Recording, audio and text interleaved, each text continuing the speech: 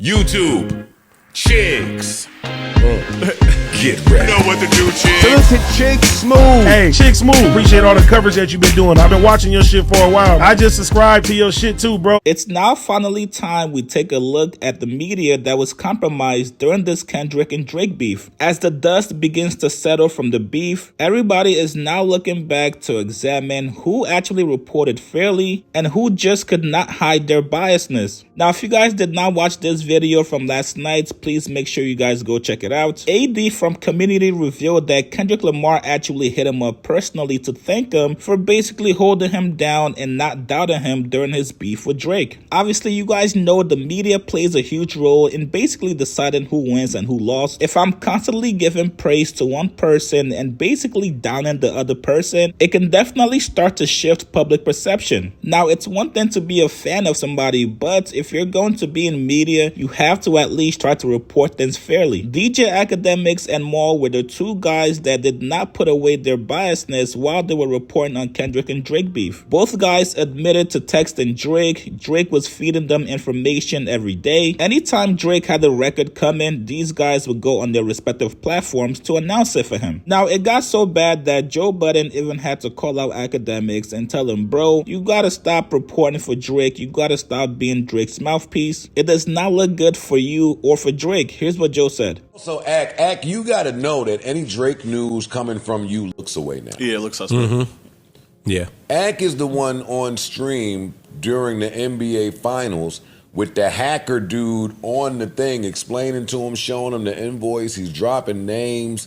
Like, good journalistic shit you was doing, Ak, but you got to know that any Drake news coming from you is viewed through a different type of eye.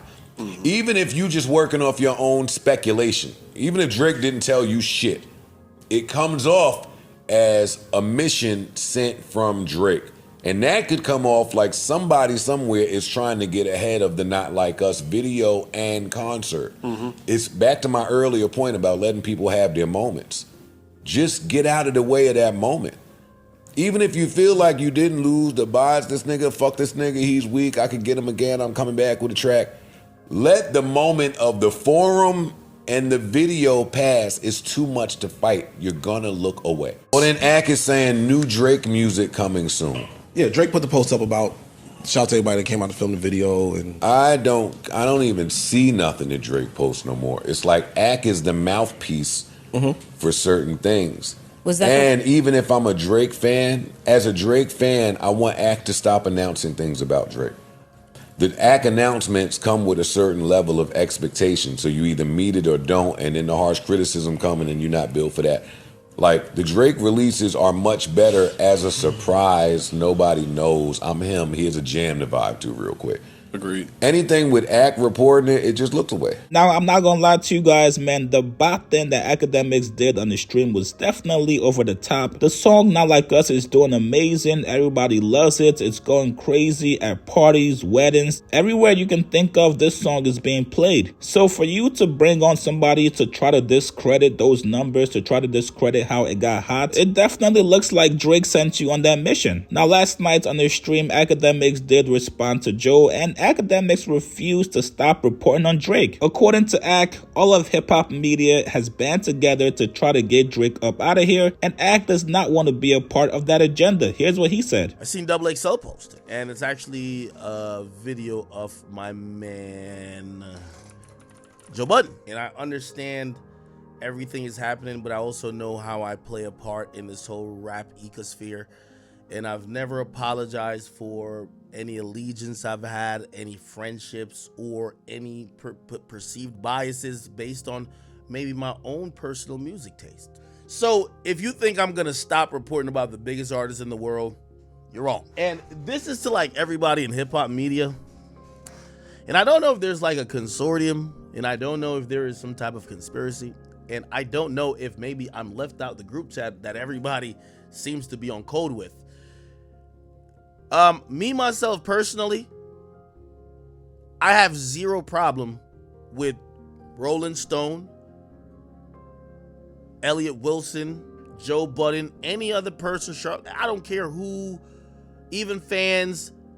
And I think as time goes on, I don't care if y'all say Drake lost. It's fine. That's not the thing.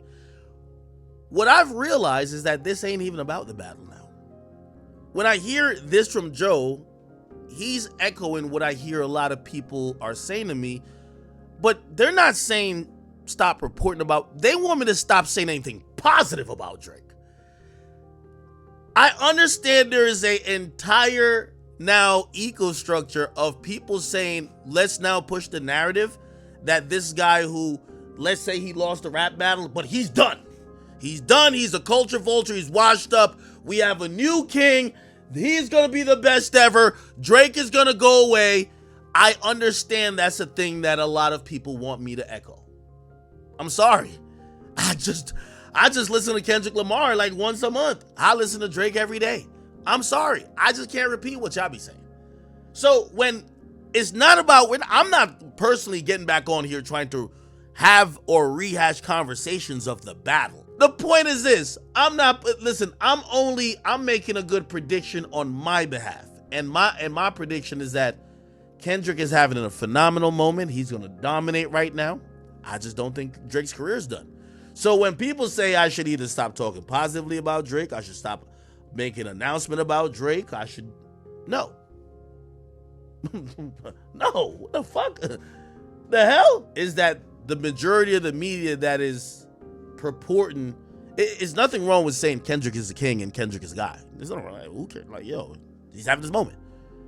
It's another thing where it's like, yo, if a nigga ain't saying that Drake is done, oh, that nigga look like he biased. Now, personally, I don't have an issue with Akademiks reporting on Drake. I don't have an issue with Drake feeding Akademiks information to put out for the public. I think the main thing that myself and a lot of people are seeing with Akademiks and this whole beef is how much he goes out of his way to try to poke holes into Kendrick, and we don't really see Akademiks doing a lot of that for Drake. Akademiks does not treat and handle information about Kendrick Lamar with the same delicacy that he handles it with Drake. If there was a hacker that was trying to expose Drake for stream farming and using bots, and they came to Akademiks to expose Drake, I do not see Akademiks giving them a platform. And back to Akademiks trying to poke holes at Kendrick Lamar and the whole movement. On the same stream last night, Akademiks said, yo, I was looking forward to seeing 03 Greedo there. But due to some gang stuff, 03 Greedo was not able to make it. Here's what Akademiks said. When everybody and their mama came out, right?